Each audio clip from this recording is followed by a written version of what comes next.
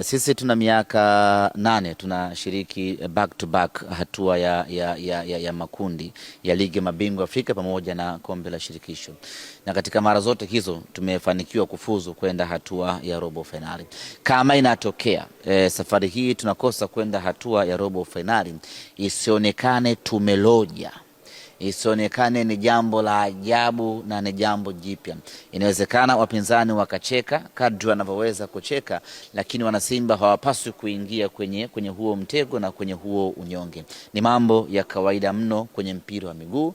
Tumefanya vizuri kwenye kipindi cha miaka 7 mtawalia tukiingia hatua ya robo finali, robo finali 5 za ligi ya mabingwa Afrika, robo finali 2 za kombe la shirikisho.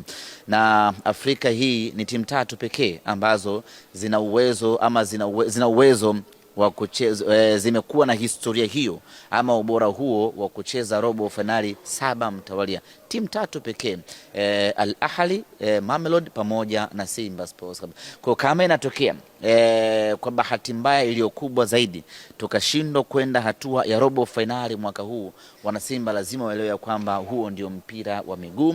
Kuna nyakati unapanda, kuna nyakati unashuka, na ukishuka unajipanga kwa ajili ya msimu unayokuja.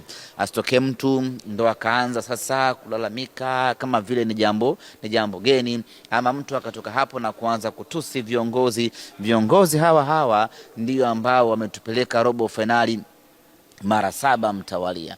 Viongozi hawa ndio ambao wamepeleka Simba kufika nafasi ya 5 kwa ubora Afrika. Kwa hiyo kitokea tumekwama safari hii, basi tusianze viongozi wabaya, viongozi wafai, viongozi wamekaa madarakani kwa muda mrefu. Hawa ndio ambao walitoa Simba chini huko na kuifikisha Simba katika hapa ambapo tupo hivi sasa.